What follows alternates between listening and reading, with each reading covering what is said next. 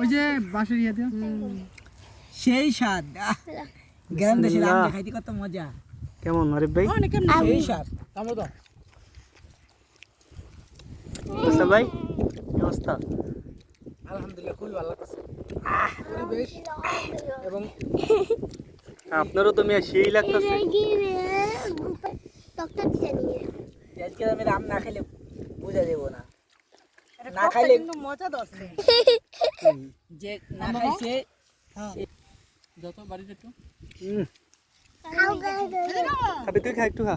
কামড় দে বিসমিল্লাহ। বিসমিল্লাহ কামড় দে। দে কামড় দে। দে কামড় দে।